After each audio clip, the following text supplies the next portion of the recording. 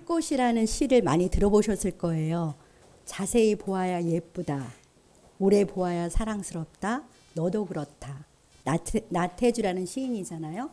그분은 평생 초등학교 선생님이었고 그런데 평생 시인이셨어요. 그리고 아주 신실한 그리스도인이신데요. 그분이 이런 말을 했어요. 요즘은 마음 아픈 사람들이 참 많은데 시와 교회가 마음 아픈 사람들에게 위로를 주는 두 가지 대상이다. 그렇게 생각한다고 하시더라고요.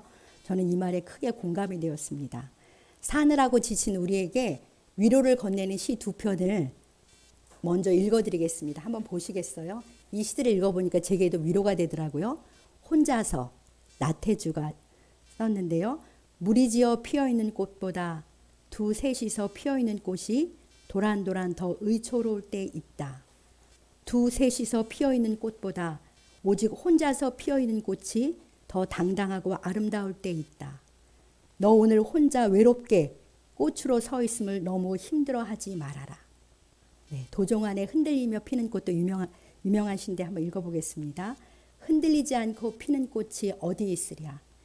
이 세상 그 어떤 아름다운 꽃들도 다 흔들리면서 피었나니 흔들리면서 줄기를 곧게 세웠나니 흔들리지 않고 가는 사랑이 어디 있으랴. 젖지 않고 피는 꽃이 어디 있으랴. 이 세상 그 어떤 빛나는 꽃들도 다 젖으며 피었나니 바람과 비에 젖으며 꽃잎 따뜻하게 피웠나니 젖지 않고 가는 삶이 어디 있으랴. 네, 왠지 아멘하고 싶지 않아요? 네, 참 마음에 위로가 되는 그런 시입니다. 외로움을 공감해 주잖아요. 그리고 흔들리며 고단한 삶을 위로해 주는 것 같습니다. 사람들은 다 나름의 그런 고민도 있고 외로움도 있고 위로가 필요한 이제 그런 고단함이 있는데요. 지난 월요일 밤에 한 권사님에게 짧게 문자를 보냈어요. 그랬더니 바로 전화가 왔습니다. 그래서 몇 마디 웃으면서 이야기를 나눴는데 그분이 이런 말을 했어요. 오늘 밤에 제가 혼자 쓸쓸하게 잘 뻔했는데 목사님의 전화를 들으니 너무 기뻐요.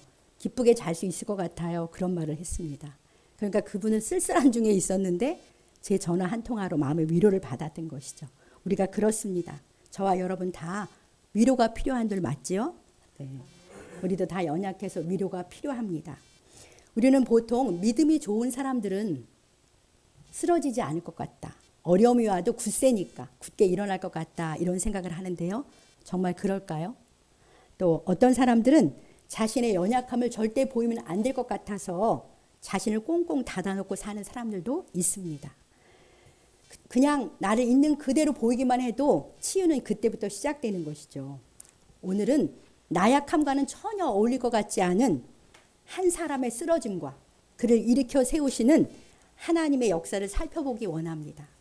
하나님의 위로가 우리 가운데 있기를 소망하면서 오늘은 쓰러진 우리를 일으켜 세우시는 위로의 하나님이란 제목으로 하나님의 말씀을 듣겠습니다.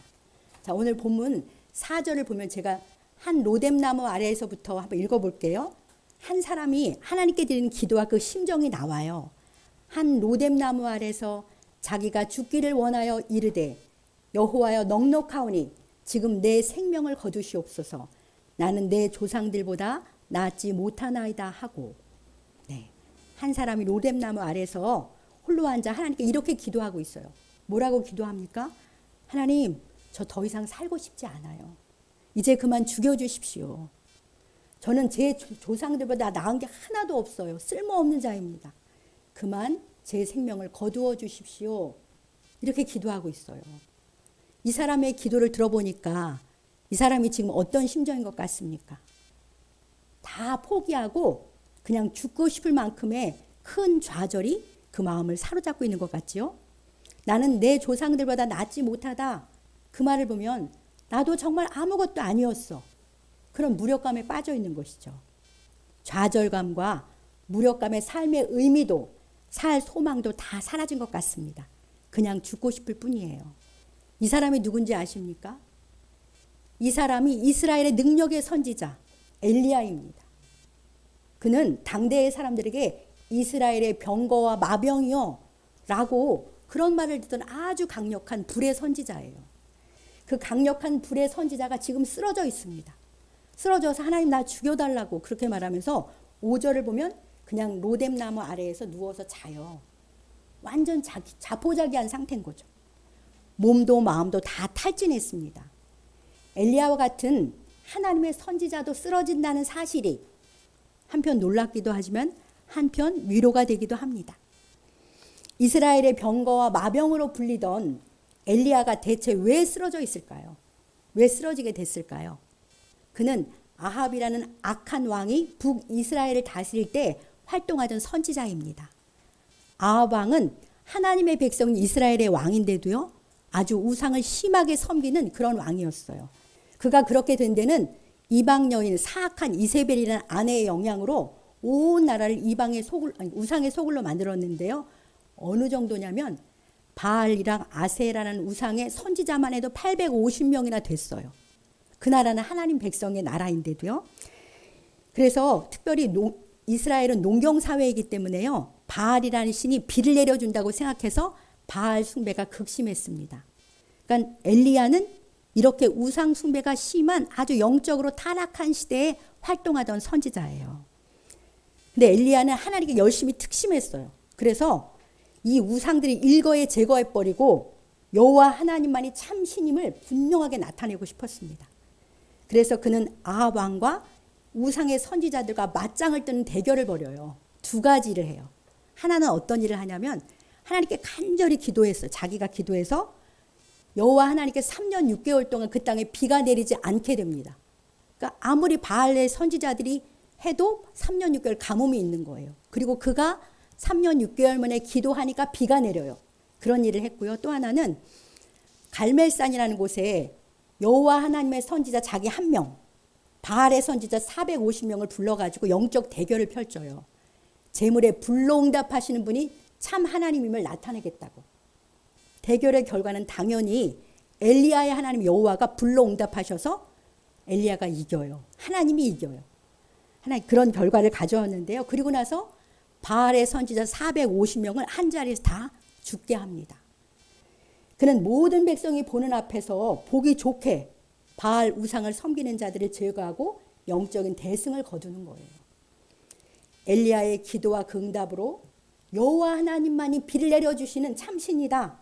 풍요를 주는 신은 바알이 아니고 여호와 하나님뿐임이 분명히 드러났잖아요. 엘리야의 완벽한 영적 승리였는데요. 그럼 이런 일이 일어날 거라고 기대했겠죠. 많은 백성들이 우상을 버리고 여호와 하나님께로 돌아와야 하잖아요. 그리고 무엇보다도 왕인 아합이 하나님이 두려워서 회개하고 하나님께 엎드려야겠죠. 엘리야는 왕부터 백성까지 다 여호와 하나님께 돌아올 영적 승리와 회복을 기대했어요. 그런데 현실은 전혀 그렇지 않았습니다. 아합 왕이요, 갈멜산에서 일어났던 그 엘리야가 한 일, 바알의 선지자 450명이 죽었잖아요. 그거를 자기 아내 그 간악한 이세벨에게 말하니까 이세벨은 여호와 하나님을 두려워하기는커녕 기세가 등등해가지고 내가 반드시 엘리야를 죽이겠다고 난리가 난 거예요. 그렇게 되자 이제 그러니까 바알을 섬기던 사람들이 하나도 숨죽이지 않는 거죠. 영적인 대세가 전혀 바뀌지 않습니다. 그러자 엘리야는 이세벨의 손에 죽을까 봐 지금 도망을 와서 이렇게 된 거예요. 3절을 제가 한번 읽어보겠습니다. 맨 첫 절인데요. 그가 이 형편을 보고 일어나 자기의 생명을 위해 도망하여 유다에 속한 부엘세바에 이르러 자기 사환을 그곳에 머물게 하고, 네, 이렇게 하고 아까 읽었던 4절에서 혼자 광야로 하룻길을 더 들어가요. 그리고 지금 로뎀나무 아래서 하나님께 죽고 싶다고 기도하며 쓰러져 있습니다. 사랑하는 성도 여러분, 엘리야 선지자의 좌절과 탈진, 죽고 싶은 마음이 이해가 되지 않습니까? 하나님을 향한 특별한 열심으로 그렇게까지 바알 우상과 싸워서 이겼는데 아무것도 바뀐 것이 없잖아요. 대세가 똑같아 보이잖아요. 그러니 내 열심이 무슨 소용이 있나? 라는 좌절과 허탈감이 밀려오는 건 당연해 보입니다. 나도 별 수 없구나. 그런 무력감도 들지요. 그러니까 내 조상들보다 내가 낫지 못하다고 말하는 거예요. 이렇게 마음이 쪼그라드니까요. 이세벨의 위협이 너무나 두렵습니다. 그녀의 손에 비참하게 죽느니 차라리 도망가서 하나님 보고 죽여달라고 하는 게 낫겠다고 생각한 거예요. 그래서 지금 하나님 앞에 와서 나 죽여달라고 그렇게 말하는 거죠. 저와 여러분의 삶에도 엘리야가 겪는 것 같은 좌절감, 허탈감, 무력감과 두려움이 몰려올 때가 있지 않습니까?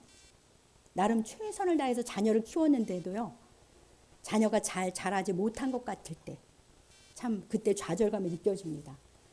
가정을 위해서 기도하면 내 역할을 힘써 했는데도 도리어 행복과는 거리가 멀 때, 또 내가 열심히 사랑했는데 사람들은 절대 변하지 않는 것 같을 때, 취업의 지연, 사업의 어려움, 불투명한 장래, 이러한 것들이 우리를 좌절시키고 허탈하게 합니다. 역시 내가 할 수 있는 건 아무것도 없구나. 그동안의 모든 것이 헛수고였네.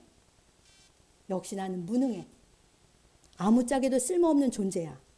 이런 생각들이 우리를 지쳐 쓰러지게 합니다. 강력한 믿음의 용사 엘리야도 쓰러졌어요. 그러니 누구라도 쓰러질 수 있겠지요. 엘리야가 이런 때에 지금 어떻게 하고 있는 거예요? 아무도 없는 광야에 들어가서 홀로 하나님께 있는 그대로 자기 심정을 고하는 거예요. 나 죽고 싶습니다. 제가 무슨 쓸모가 있습니까? 이제 제 생명 거두어 주십시오. 이렇게 홀로 하나님께 나아가서 자기 있는 그대로 그 마음을 하나님께 쏟아내는 것이죠. 사랑하는 성도 여러분, 우리도 마음이 지치고 힘들 때는 홀로 하나님께 나가서 마음을 토하십시오. 우리 시편 62편 8절, 하나님이 우리의 피난처 되신다는 말씀인데요. 같이 읽어봅시다. 백성들아 시시로 그를 의지하고 그의 앞에 마음을 토하라. 하나님은 우리의 피난처시로다. 아멘. 하나님은 우리의 피난처세요. 그분 앞에 가서 마음을 토하라고 하는데요. 토하는 거는 안 좋은 것도 다 나오는 거잖아요. 있는 그대로 토해내는 거예요. 그러면 그 하나님 앞에 홀로 토할 때부터 내 심령의 회복이 거기서 시작되는 것입니다. 자, 쓰러진 채로 하나님께 자신의 마음을 토해낸 엘리야를 하나님이 어떻게 회복시키는지, 어떻게 일으키시는지 우리 본문 5절로 8절을 같이 한번 읽어보겠습니다. 5절로 8절입니다. 로뎀 나무 아래에 누워 자더니 천사가 그를 어루만지며 그에게 이르되 일어나서 먹으라 하는지라. 본즉 머리맡에 숯불에 구운 떡과 한 병 물이 있더라. 이에 먹고 마시고 다시 누웠더니 여호와의 천사가 다시 와서 어루만지며 이르되 일어나 먹으라. 내가 갈 길을 다 가지 못할까 하노라 하는지라. 이에 일어나 먹고 마시고 그 음식물을 의지하여 40주 40년을 가서 하나님의 산 호렙에 이르니라. 아멘. 네. 로뎀 나무 아래 누워서 자는 엘리야를 누가 어루만지면 천사가 와서 이렇게 어루만지고요. 구운 떡과 물 한 병을 줘서 그를 먹게 해요. 그렇지만 그거를 먹고 바로 일어나지 못하죠. 또 누워 자요. 하나님이 재차 천사를 보내서 어루만지면서 그를 이렇게 일으켜 주시는데요. 하나님이 이런 분이에요. 하나님이 이렇게 우리를 불쌍히 여기시는 분이에요. 엘리야를 책망하지 않잖아요. 천사를 보내서 이렇게 어루만져 주시고 실제로 먹을 것을 주셔 탈진한 그를 일으켜 세워주세요. 그런데 엘리야가 한 번에 일어나지 못합니다. 사랑하는 여러분, 우리가 지쳐 쓰러졌을 때요, 하나님께서 내게 보내주시는 천사를 경험해 보셨습니까? 사랑하는 가족들, 믿음의 친구들, 영적 지도자들이 사랑의 위로와 중보기도, 섬김, 이러한 것들, 그런 것들 우리를 위로해 주잖아요. 그것이 바로 하나님이 내게 보내주시는 천사들이고 천사의 손길입니다. 그들을 통해서 우리를 위로해 주시고요, 격려해 주세요. 그동안 잘 살았고 지금도 잘하고 있어. 내가 다 알아. 좋은 건 먹고 마시고 힘내. 그리고 일어나서 쉬어. 이렇게 우리를 위로해 주고 새 용기를 줍니다.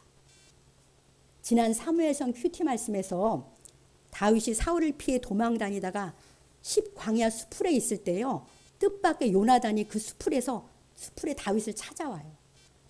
그때 요나단이 다윗으로 하여금 하나님을 힘있게 의지하게 하였는데요, 이런 말로 그를 위로하고 믿음과 용기를 북돋아 줍니다. 자, 10광야에서 우리 요나단이 다윗을 위로하는 말을 같이 읽어봅시다. 또 요나단이 그에게 이르기를 두려워하지 말라. 내 아버지 사울의 손이 내게 미치지 못할 것이요 너는 이스라엘 왕이 되고 나는 내 다음이 될 것을 내 아버지 사울도 안다 하니라. 네, 도망다니는 다윗에게 정말 그 숲속에 있는데 요나단이 올 줄 누가 알았겠어요. 두려워하지 마. 내 아버지 사울은 너를 죽이지 못해. 너는 반드시 이스라엘 왕이 될 거야. 이런 믿음의 말로 다윗을 위로하니 다윗이 하나님의 힘있게 의지하고 새 용기를 얻습니다. 얼마나 다윗이 감격스럽고 고마웠겠어요. 요나단에게. 그리고 하나님의 위로와 그 격려에 정말 다윗은 크게 감격했을 것입니다. 이때 요나단이 하나님께서 다윗에게 보낸 천사가 아니겠습니까? 하나님께서는 연약한 저에게도 지금까지 참 많은 천사들을 보내주셨어요. 주님의 교회인 참된 교회를 잘 섬기라고요. 개척 초기부터 많은 분들을 통해서 사랑의 위로와 격려, 기도와 섬김을 받게 하셨습니다. 그 섬김은 지금까지도 계속되고 있는데요. 그 중에서 대표적인 천사가 바로 여기 계신 우리 시온성교회 신미리 권사님이세요. 이 자리를 빌어서 권사님께 정말 감사드리고 싶습니다. 작년 5월에는 뜻밖의 잊지 못할 천사를 보내주셔서 저를 격려해 주셨어요. 그러니까 스승의 날이 가까웠을 때인데 25년 전에 숙대에서 3년을 양육했던 자매가 중국에서 귀국해서 저를 찾아왔어요. 그래서 저를 통해 자기가 캠퍼스에서 처음 복음을 듣고 주님을 믿어 거듭나게 된 간증을 스스로 저에게 해주면서 제게 큰 격려와 용기를 주었습니다. 5월에는 어찌나 많은 사람들이 저를 찾아오는지 제가 느꼈어요. 아, 하나님이 나를 천사를 보내서 위로하고 있구나 이렇게 느꼈습니다. 하나님은 이런 분이세요. 자녀인 우리를 세밀하게 돌봐주시고요. 때에 맞게 위로하시고 격려하셔서 용기를 가지고 다시 일어나 앞으로 나가게 하신 그런 위로의 하나님이십니다. 항상 사람을 보내셔서 우리를 위로하시고 힘주시는 하나님의 위로의 손길을 느끼시기를 그렇게 경험하며 살아가시길 바랍니다. 또 우리가 누군가에게 보내지는 하나님의 천사가 되길 소망합니다. 믿음이 연약해지고 시리에 빠져 있고 지쳐 있는 사람들을 사랑의 위로와 중보기도 그리고 실제 필요를 채워줌으로 하나님의 선한 손길로 살아가는 우리 모두가 되길 소망합니다. 그러면 힘을 내어 하나님의 산 호렙까지 아까 갔다고 했잖아요. 거기로 간 엘리야의 상태는 어떨까요? 9절 10절 본문을 그냥 한번 보시면 알 수 있는데요. 엘리야는 그 호렙산에 들어가서도 굴에 들어가요. 동굴에 있어요. 그냥 동굴에서 안 나옵니다. 여전히 숨어 지내고 있는 거죠. 아직 허무와 우울감, 패배감에서 그 무기력증을 극복하지는 못한 것 같습니다. 이렇게 사람의 심령이 회복되는 데는 시간이 걸리고 쉽지 않다는 걸 보여줘요. 그러니까 우리도 서로를 기다려 주어야 합니다. 막 채근하지 않고 기다려 줘야 돼요. 그때 드디어 여호와의 말씀이 엘리야에게 임하는데요. 하나님이 이렇게 말씀하십니다. 엘리야야, 내가 어찌하여 여기 있느냐? 자, 하나님이 직접 말씀으로 그를 찾아오신 거예요. 하나님의 말씀은 살리는 능력이 있으니까 드디어 엘리야가 회복되겠구나라는 기대가 되는데요. 하나님께서는 그의 마음과 상태를 다 아시지만요. 그와 교제하길 원하셔서 먼저 말을 걸어오십니다.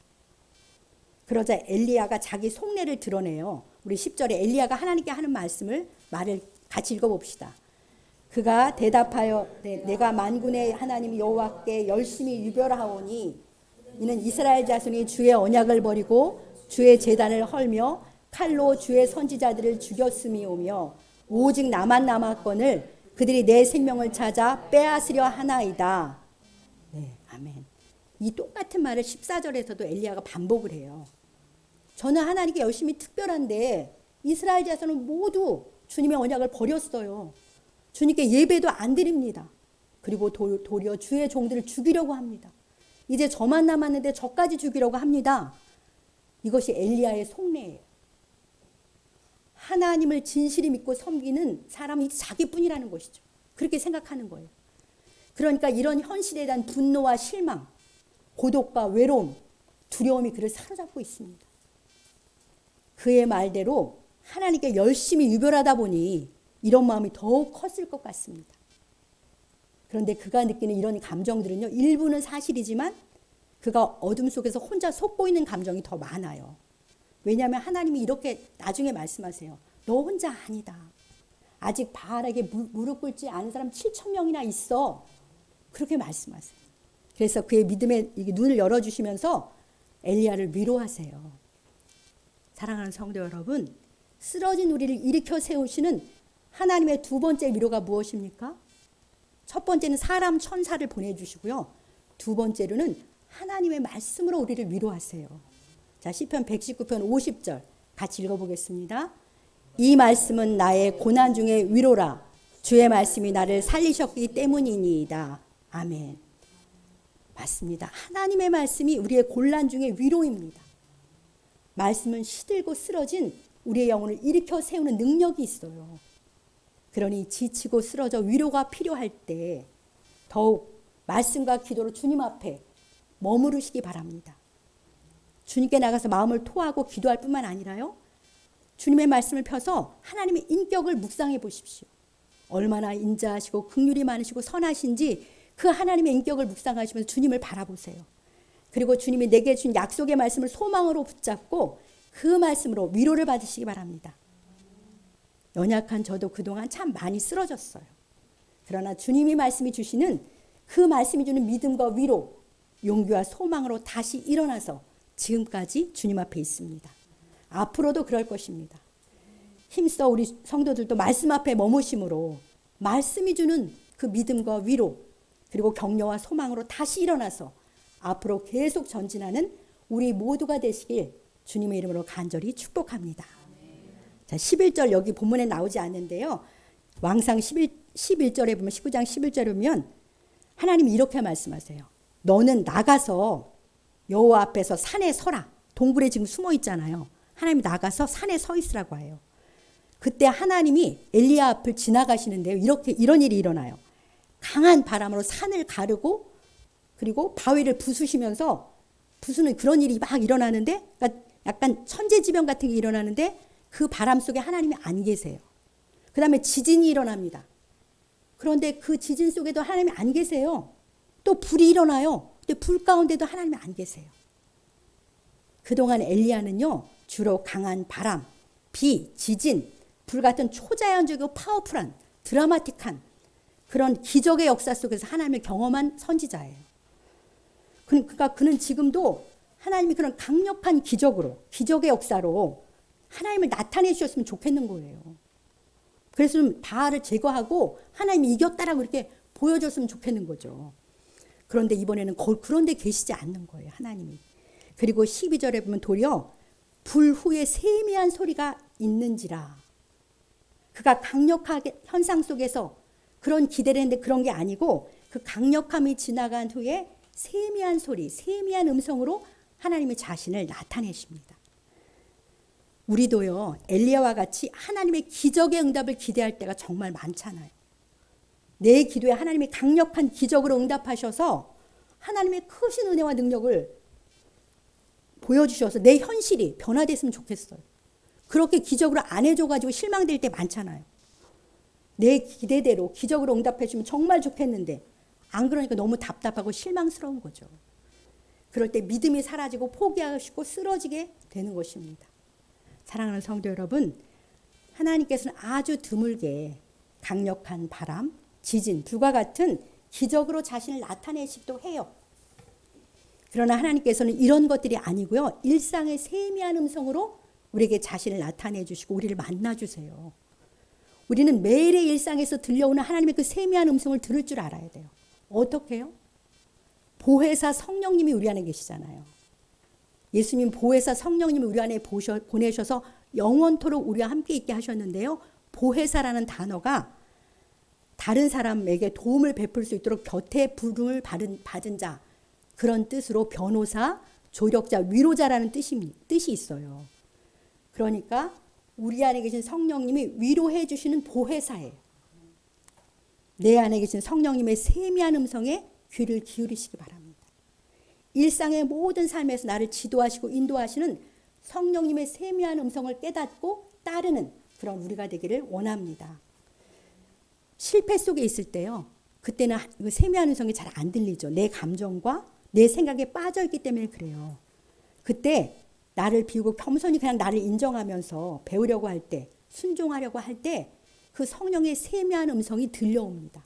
그 음성이 우리를 위로해주고 바로잡아주는 것이죠. 자, 이러한 세미한 하나님의 음성을 들은 후에요.